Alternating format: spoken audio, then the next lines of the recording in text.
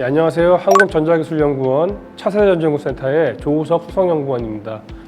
저는 전고체 전지 연구를 주로 맡아서 담당을 하고 있고요. 오늘 전고체 전지 기술에 대해서 현재 기술적인 이슈는 무엇인지, 그 다음에 어떤 연구들이 진행되고 있는지에 대해서 전반적으로 말씀을 드리도록 하겠습니다.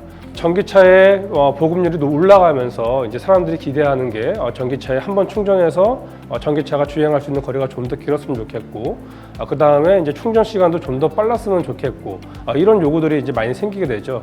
하지만 이제 자동차 안에 탑재되는 전지의 그 부피라든가 무게는 한정돼 있고, 그리고 한정된 공간에 많은 에너지를 넣으려고 하다 보니까 안정성 문제가 발생을 하게 됩니다. 특히 이제 기존의 리튬 차전지는 그 안에 들어있는 전해액이 이제 가연성으로서 쉽게 불에 탈 수 있는 그런 성질이기 때문에 화재 위험성이 상당히 높다고 할 수가 있죠. 따라서 특히 이제 전기차 같은 경우는 사람이 직접 탑승을 하기 때문에 이 안전성에 대한 문제가 상당히 많이 이제 대두가 되고 있습니다. 실제로 이제 그 리튬 차전지에 대한 이제 발화 사건이 많이 보고가 됐었는데, 삼성에서 나온 스마트폰이죠.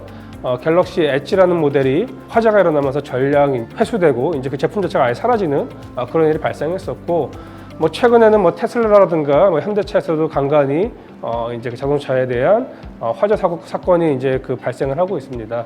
그러다 보니까 자동차 업체들은 전기차를 만들 때 그 안에 좀 더 안전한 전지를 넣으려고 원하고 있고, 그러다 보니까 대두된 게 불에 안 타는 전지, 전고체 전지라는 게 이제 나오게 됩니다. 전고체 전지는 이제 그 시장에 대해서 좀 말씀드리면은, 일본 내도에서 냈던 이제 그 로드맵을 보시면은 2020년 기준으로는 요구하는 게 한 300Wh/kg이라고 하면은, 점진적으로 2040년까지는 500Wh/kg이라고 하는 상당히 높은 수치를 요구하게 되는데, 이 수치는 리튬 차전지로는 달성할 수 없는 수치라고 보시면 될 것 같습니다. 350Wh/kg 정도가 아마 전기차에 들어갈 수 있는 리튬 차전지의 한계가 아닐까 싶습니다.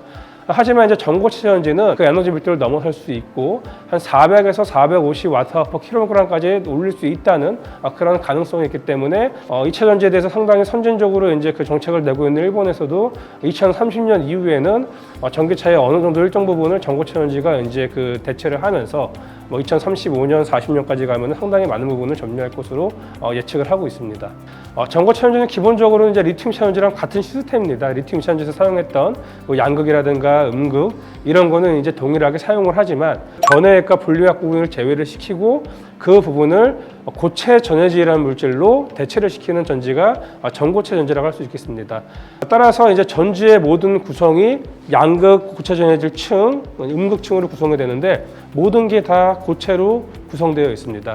그래서 어떤 장점이 있냐를 말씀드리면은, 고체에서 액체로 가는 그런 활성 에너지가 높은 그런 이제 계면 반응이 없기 때문에 우리가 이론적으로는 상당히 낮은 그 활성 에너지를 갖는 이동 과정이기 때문에 출력성이 상당히 높아질 수 있다는 것을 저희가 예측을 할 수가 있고요. 그 다음으로는 이제 기존 이제 리튬 차전지 같은 경우에는 온도에 대해서 상당히 우리가 제약이 많았습니다. 100도씨까지만 올라가게 되면은 전해액이 분해가 돼서 전지의 특성이 상당히 저하되는 이제 그런 현상이 일어납니다. 반대로 이제 저온으로 가게 되면은 한 마이너스 40도 이렇게 50도 이렇게 가게 되면은 전해액이 얼어버립니다. 전고체 전지는 다른 게, 보통 이제 황화물계 고체 전지를 말씀드리면은 한 200도, 300도까지는 분해 없이 상당히 안정하게 사용을 할 수가 있고요. 저온으로 갔을 때도 어는 거 없이 그냥 낮은 온도에서의 거기에 맞는 전도도만 나오기 때문에 액체 전지보다는 상당히 높은 전도도를 갖습니다. 그래서 이런 이제 온도에 대한 상당히 넓은 활용 영역이 어떻게 보면 이제 군용 전지로서도 상당히 매력적인 부분이라고 할 수 있겠습니다. 또 하나의 이제 그 특징은 뭐냐면은, 기존의 이제 리튬 2차 전지 같은 경우에는 우리가 충전할 때 충전 전압에 대한 좀 제약이 있었습니다. 보통 이제 리튬 기준으로 한 4.3V 이상으로 전압을 올리게 되면은, 이때도 마찬가지로 전해액이 분해한다거나 아니면 양극 표면과의 어떤 부반응을 일으켜서 우리가 원하는 전지의 특성이 나오지 않고 급속히 수명이 떨어졌기 때문에 이런 문제 때문에 우리가 쓰지를 못했는데, 고체 전해질은 그 종류마다 다르겠지만 높은 전압에서도 한 4.4V, 4.5V에서도 상당히 안정적으로 구동을 할 수 있는 경우가 많이 있습니다. 지금 지금까지 이제 전고체 전지의 그 장점이라든가 이런 것에 대해서 설명을 들었고, 그러면 이제 어떤 요소들이 이제 우리가 그 요구가 되는가에 대해서 좀 알아보도록 하겠습니다. 가장 먼저는 이제 전고체 전지에서 가장 중요한 소재는 고체 전해질이라고 할 수가 있겠죠. 그래서 이 고체 전해질이 상당히 그 우리가 요구되는 특성을 가져야 되는데, 가장 먼저 중요한 거는 전도도가 높아야겠죠. 그래서 보통 얘기하는 게 10의 마이너스 3승 Gm/cm 이상으로 나와야 된다고 얘기합니다. 최근에는 뭐 10의 마이너스 2승 소재도 나오기 때문에 그 얘기는 뭐냐면은 전해액과 유사 수준의 전도도가 확보되는 고체 전해질이 나오고 있습니다. 그 다음에 이제 아까 말씀드린 것처럼 우리가 전지를 충방전하는 전압대에서 안정하게 분해 없이 사용할 수 있는가가 중요하겠고요.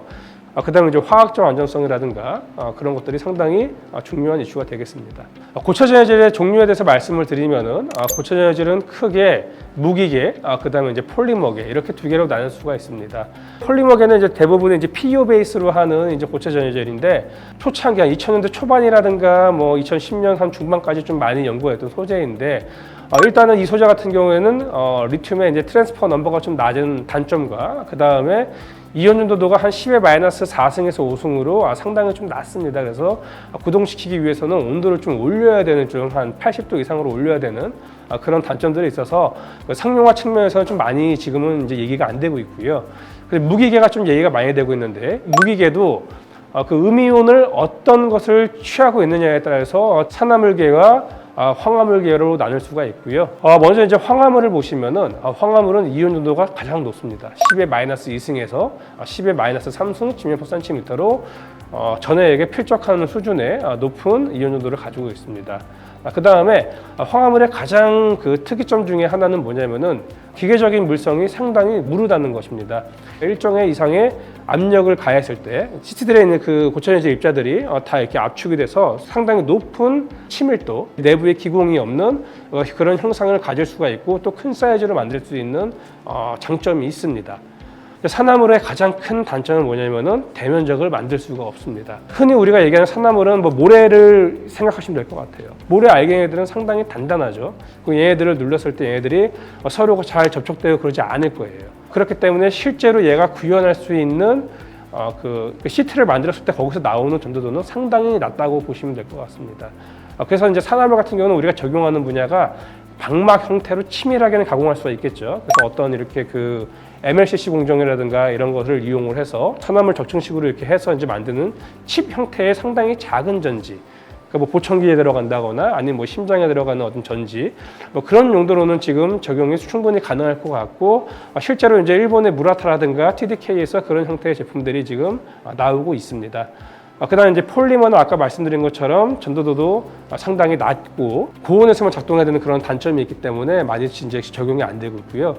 그다음에 이제 뭐 하이브리드라는 시스템도 좀 요즘 많이 나오고 있어요. 산화물과 폴리머를 섞는 형태로 많이 가요. 결국 이제 이온 전도가 10의 한 마이너스 4승 Gm/cm로 나와서 뭐 사용 정도는 나오지만 얘도 상당히 낮은 수치죠. 결국 얘도 장점도 있지만 서로가 갖고 있던 단점도 그대로 가져가기 때문에 상용화 측면에서는 좀 많이 어려운 부분이 있다라고 이제 저는 판단을 하고 있습니다. 자, 그래서 이제 전고체 전지를 상용화를 위해서 지금 많이 그 기술 개발을 진행하고 있는 업체들의 현황을 알아보면은 뭐 국내에서는 가장 유명하게 현대자동차죠. 그 다음에 삼성 SDI, 일본의 도요타자동차.